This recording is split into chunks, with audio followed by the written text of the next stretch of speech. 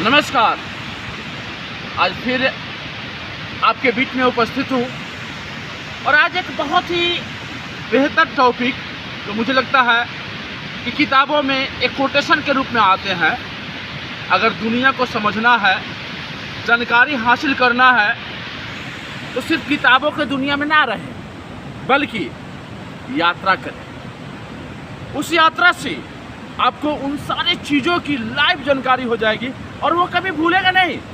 सबसे बड़ी बात है कि किताबों में पढ़कर याद करना पड़ता है कि मनाली में ये है, जम्मू कश्मीर में ये है, लेकिन जब आप उस जगह को विजिट करते हैं तो उसके इतिहास के साथ साथ उसका मनोरम सीन आपके दिमाग में कैप्चर हो जाता है।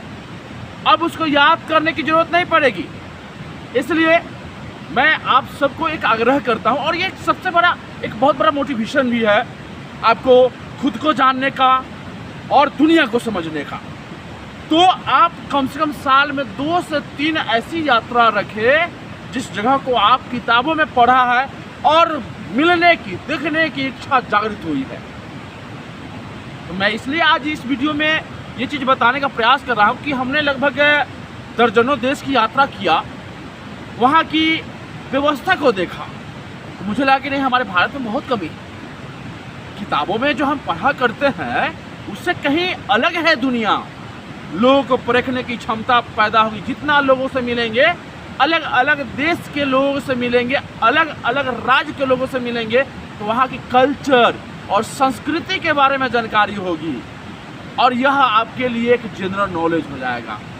तो मैं रियली बता रहा हूँ कि अपना जनरल नॉलेज बढ़ाने के लिए जितना किताबों पे खर्च करते हैं, कुछ घूमने पे भी खर्च कीजिए।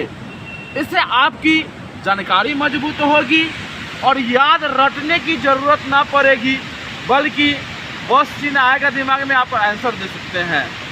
आप केबीसी में भी जा सकते हैं अगर आपको उसमें जाने की इच्छा होती है, क्योंकि जीके और जनरल नॉलेज के होने से आप जनरल कंपटीशन में भी काफ़ी अच्छा खासा फ़ायदा उठा सकते हैं। मैं रियली बता रहा हूँ कि आप स्टूडेंट है, स्टूडेंट के लिए खासकर होता है मैंने ऐतिहासिक जगह को घूमने का और शहर को घूमने का प्लान भी होता है, ट्रिप भी होता है बच्चों का। लेकिन अगर आप कॉम्पिटिटिव स्टूडेंट्स है तो मुझे लगता है कि आपको घूमना चाहिए। 2000, 5000, 10,000 रुपया अगर खर्च करते हैं इसके और वहाँ जा कर के उस राज्य की, उस शहर विशेष की पूरी जानकारी हासिल कर लीजिए। इससे आपकी जनरल नॉलेज मजबूत हो जाएगी और आप तैयार हो जाएंगे आगे कंपटीशन के लिए। किसी बड़े पद की पदाधिकारी बनने के लायक बन जाएंगे आप।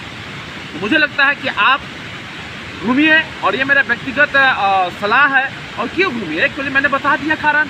सबसे बड़ी बात है कि आपको एक तो मेमोरी बनेगी, यादगार लम्हे बनेंगे, ये बार बार आपको पॉजिटिव रखेगा।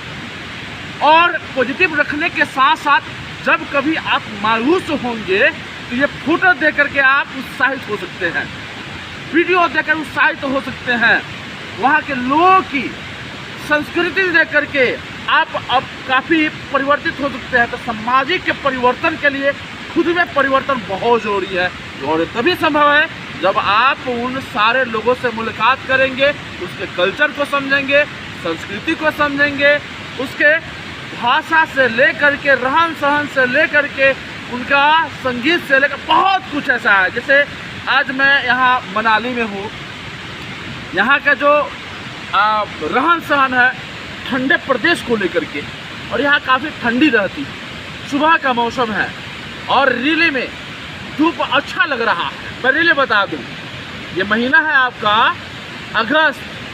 बिहार में, यूपी में या बाकी जो तराई क्षेत्र है वहाँ पे गर्मी का और मैंने इतना ज़्यादा है कि आप बिना एसी और पंखा का नहीं रह सकते। लेकिन यहाँ पे वाह, आप स्वेटर पहन लीजिए मज़े में।